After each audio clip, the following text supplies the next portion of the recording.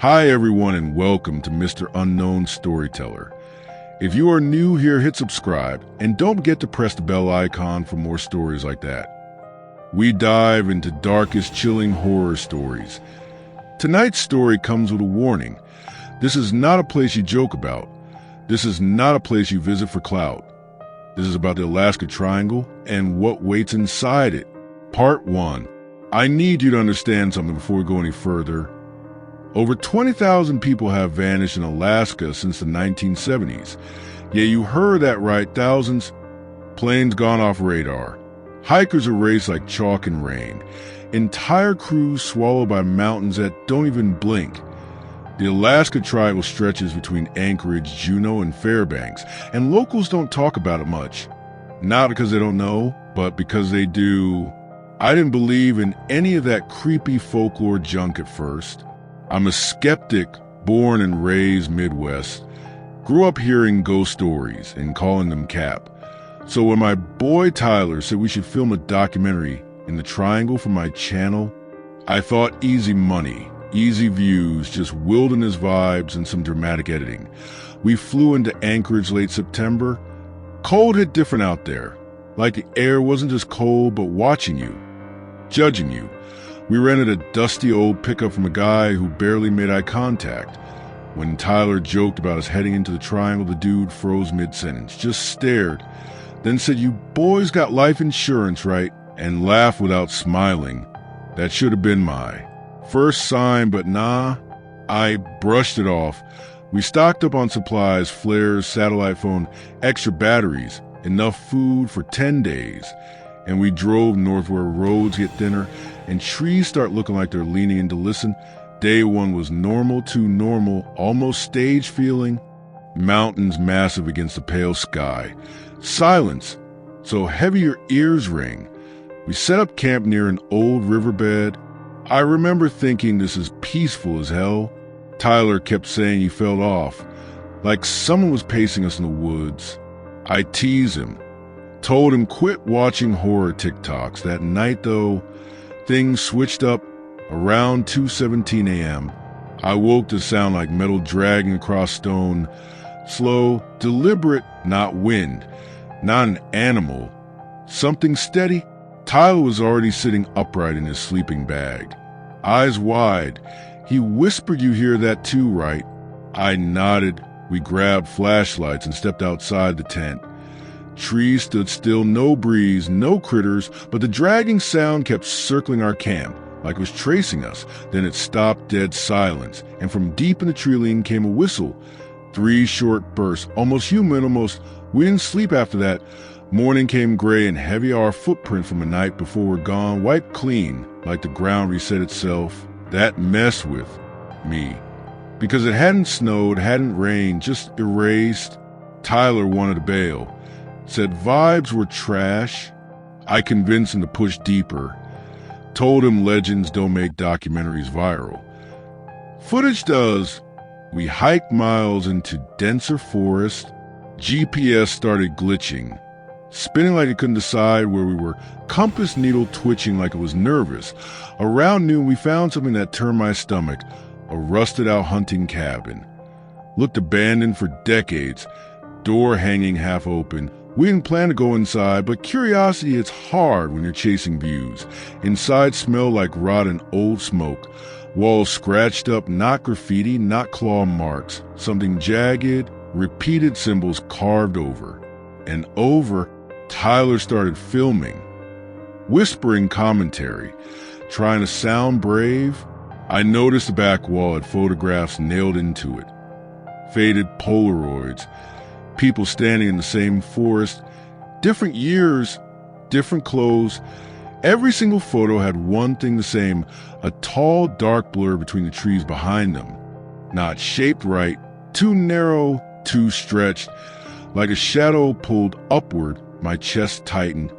Because the last photo, the most recent one, showed 2 guys setting up a tent near a riverbed. Same jackets we wore. Same truck parked behind. It was us from the day before. Tyler dropped the camera. Started saying, "This ain't funny, bro. Who's messing with us?" I stepped outside, scanning the tree line, and I swear on everything I love, something tall shifted behind a spruce tree. Not stepping, not walking, just sliding sideways like it wasn't bound by bones. The air dropped 10 degrees instantly, breath fogging, then the whistle again, 3 short bursts, closer this time. We ran back to camp without speaking, packed fast, hand shaking, satellite phone wouldn't connect, just static and faint clicking like someone tapping. The other end, when we tried starting the truck, it stalled twice before finally catching, and that's when Tyler froze, staring into the woods. He whispered, "Don't move." Between 2 trees about 50 yards out stood that shape, taller than any man, thin as a telephone pole, no face, just darker than dark. It leaned slightly like it was studying us. I felt something press against my thoughts. Not a voice exactly, more like a pressure behind the eyes.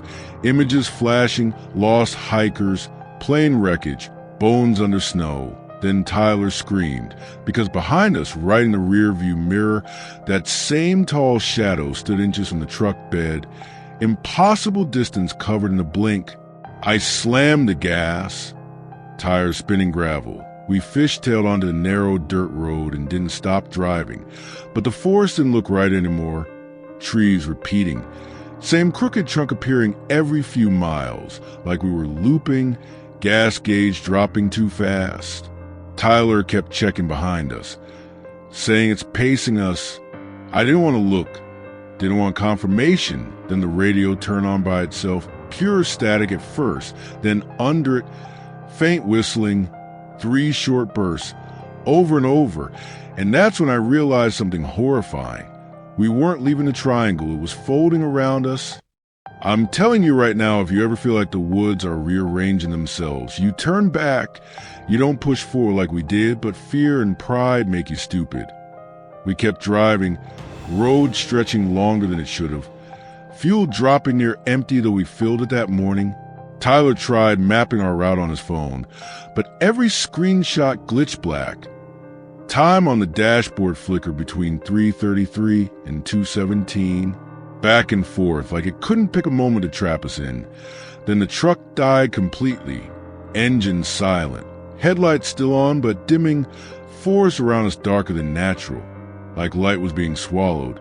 That dragging metal sound echoed again, circling closer. I stepped out holding a flare gun, because what else do you do against a shadow? Tyler stayed inside whispering prayers he claimed he didn't believe in. The trees began to sway though there was no wind, synchronized like breathing, and from between the multiple tall shapes emerged, not 1, not 2, at least 5, all stretched, all faceless, moving without bending their legs, just gliding. I fired the flare, bright red streak cutting through dusk. For a split second the light revealed something worse. Their bodies weren't solid. They were like gaps, holes in reality where forests should be, and inside those gaps flickered images, missing posters, crashed planes, people screaming silently. The flare died midair, just snuffed out, and darkness rushed back heavier. Tyler bolted from the truck, yelling, "We can't stay here." But one of the shapes shifted instantly, blocking the road ahead, without crossing the space between, like teleporting shadows. My head pounded, pressure building, and then I heard it clear as day inside my skull. "You came looking, now you stay." I dropped to my knees, not from force, but from dread, because I knew that wasn't imagination. Tyler grabbed my arm, dragging me toward the tree line opposite the road, saying we run on 3. We hit 3 and sprinted, branches slapping our faces, breath tearing from lungs. But no matter how far we ran, the forest looked identical. Same broken stump, same twisted birch, repeating like a nightmare glitch. Tyler tripped, suddenly screaming. I turned and saw one of the tall shapes leaning over him, not touching, just hovering, and Tyler's body began to lift slightly off the ground, not high, just enough to break contact with earth. His eyes rolled back, mouth open but no sound coming out. Charged forward like an idiot swinging the empty flare gun. And the second I crossed some invisible line, the pressure vanished. Tyler dropped hard, gasping. The shape flickered, then dissolved into tree shadows. We didn't question it. We ran again, eventually bursting into a clearing we swear hadn't been there before. In the center stood that same hunting cabin. Impossible because we'd driven miles away. Door now closed, smoke curling from chimney. Tyler looked at me like we both knew entering was death. But behind us the whistling grew louder, layered multiple tones, so we stepped inside. Interior changed, walls cleaner, lantern lit on table, and sitting in a wooden chair facing away from us was a figure. Human-shaped at least, wearing old trapper gear. When it spoke, the voice sounded like wind through broken glass. "Been waiting, boys? Took you long enough?" Tyler whispered, "Who are you?" The figure stood slowly, too tall again, head nearly brushing ceiling. And as it turned, there was no face beneath the hood, just swirling dark. It told us a triangle isn't a place, it's a door, and sometimes it gets hungry. Sometimes it needs replacements for what escapes. I swear I felt my sanity cracking hearing that. I backed toward the exit, but the door was gone. Just wooden wall. The figure lifted one long arm and images flooded the room.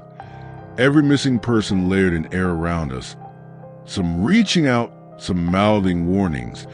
And I saw something that froze my blood, a version of me standing among them, eyes hollow, like I'd been there for years. Tyler screamed again and lunged at the lantern, knocking it over. Flames erupted across floorboards, cabin filling with smoke. The tall figure didn't move, just stretched taller as fire climbed its body, not burning, absorbing. I grabbed Tyler and slammed into the wall where the door used to be, which splintered, and suddenly we were outside again in freezing night air. Trucks sitting alone on the road, engines somehow running, headlights bright, no shapes visible, no whistles, just normal forest sounds. We didn't hesitate, jumped in and floored it. This time the road didn't loop, gas gauge stable, GPS steady. After what felt like hours, we saw highway lights, real civilization. We never spoke during that drive.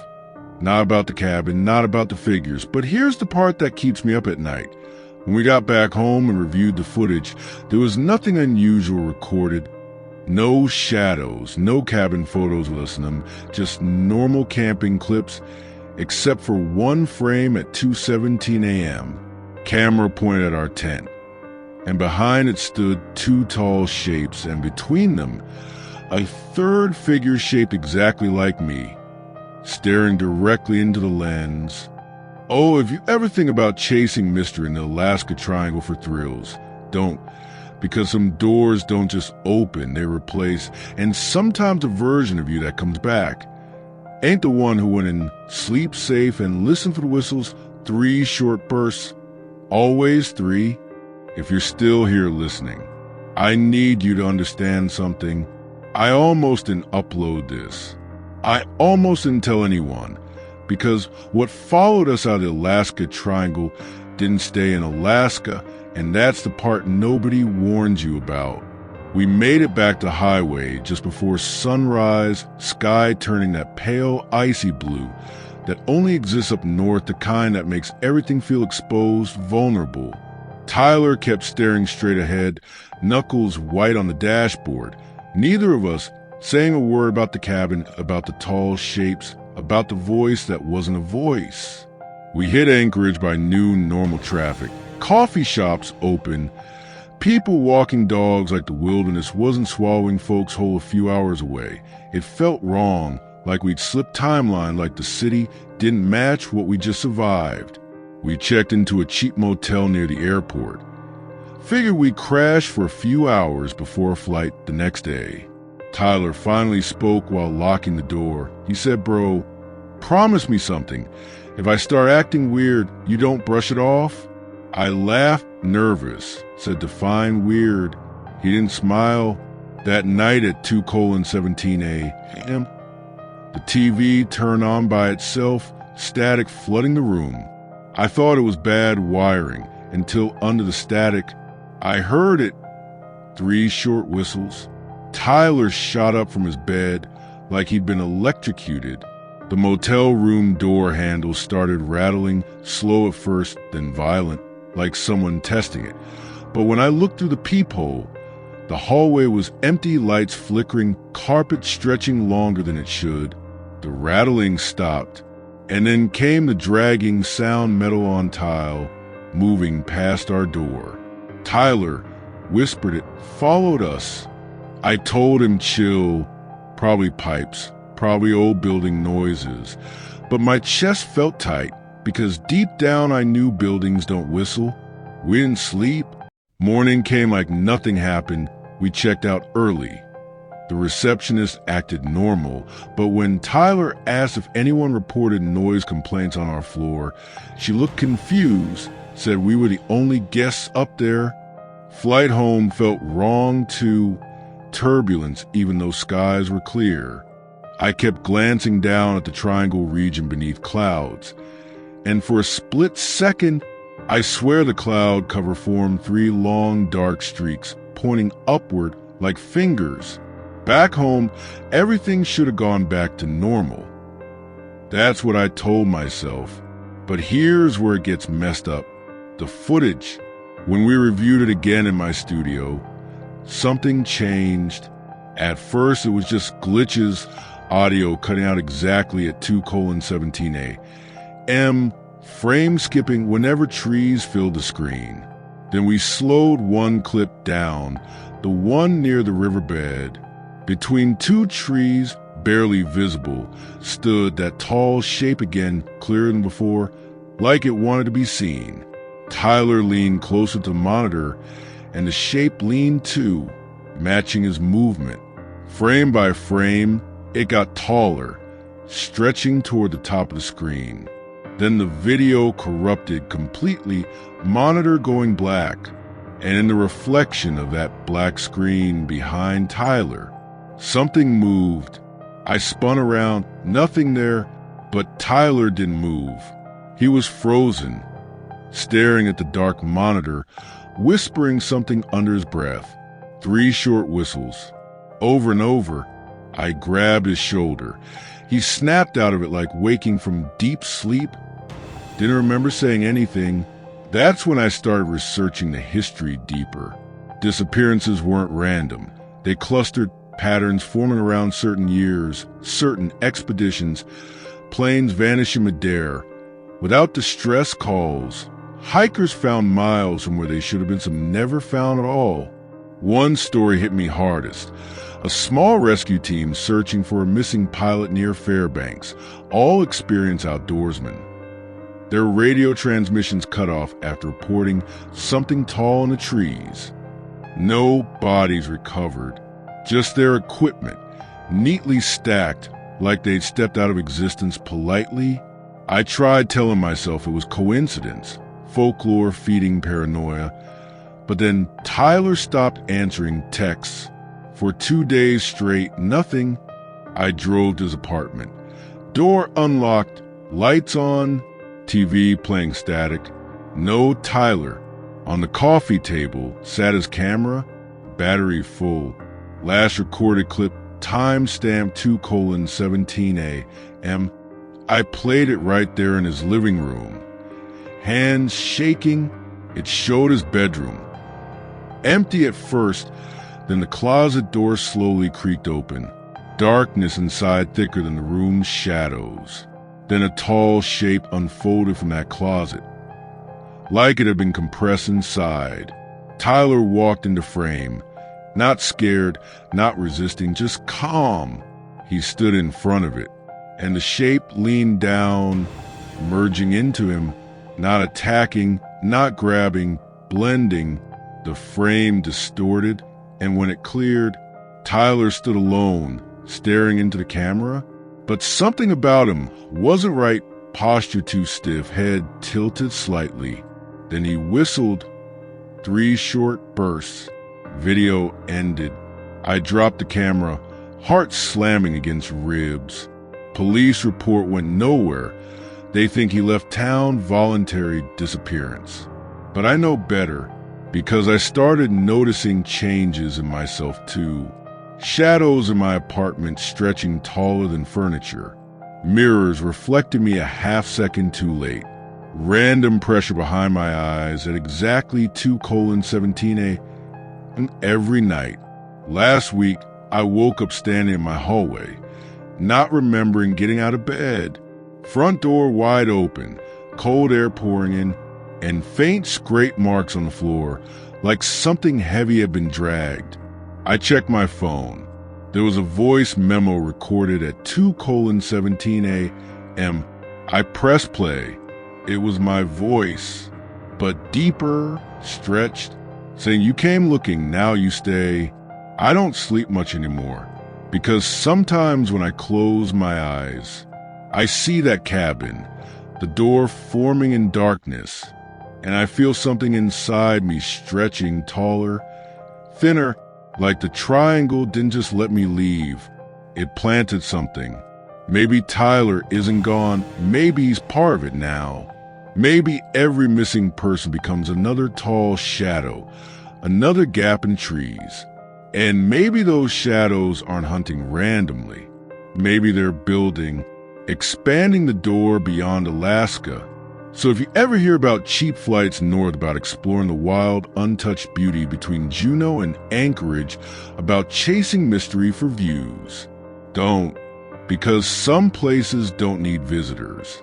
They need replacements. And if one night, at exactly 2:17 a.m., you wake up to 3 short whistles outside your window, don't look, don't answer, and whatever you do, don't follow it into the trees.